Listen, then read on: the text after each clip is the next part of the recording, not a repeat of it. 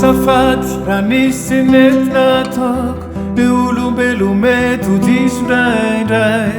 teneno ihany izay tsy zakanao raha misy tsy mazava de lazao fitiavantsika roa lalipaka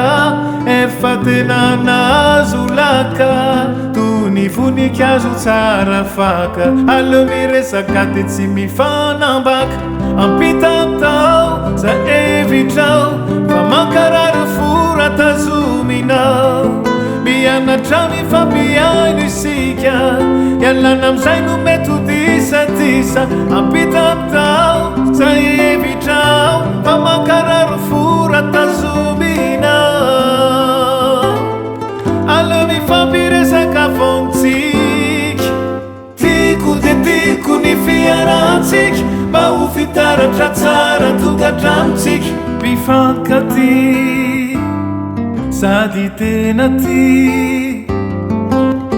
tiko de tiko ny fiarantsika mba ho fitaratra tsara tokatramotsika mafinaritra be tena tsara be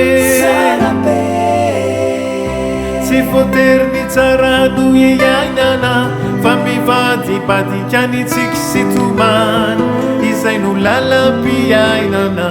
tsy maintsy hodiavy antsika eto an-tany ka maiza mifandefitra ka maiza mifamela izay no tena tsara indrindra ataotsika roa ampitapitao za evitrao fa mankarary fora tazominao mianatra mifampiaino isika ialana amizay no mety ho disatisa ampitapitao za evitrao fa mankarary fora tazominao aleo mifampiresaka fontsika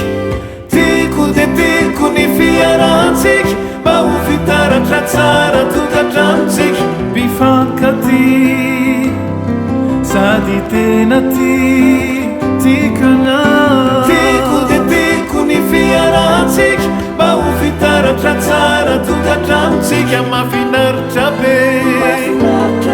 tena tsara be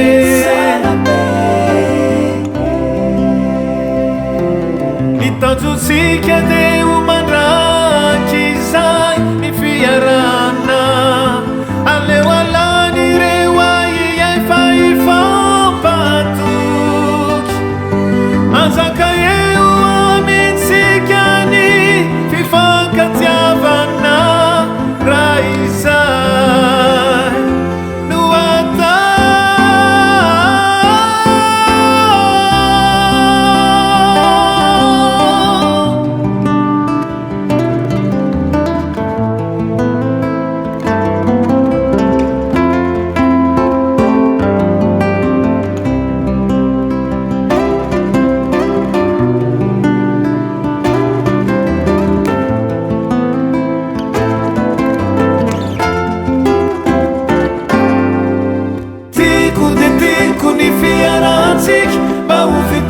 tsara tokatramotsika mifankaty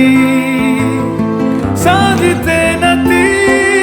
tikanao tiko de tiko ny fiarantsika mba ho fitaratra tsara tokatramotsika mafinaritra be tena tsara be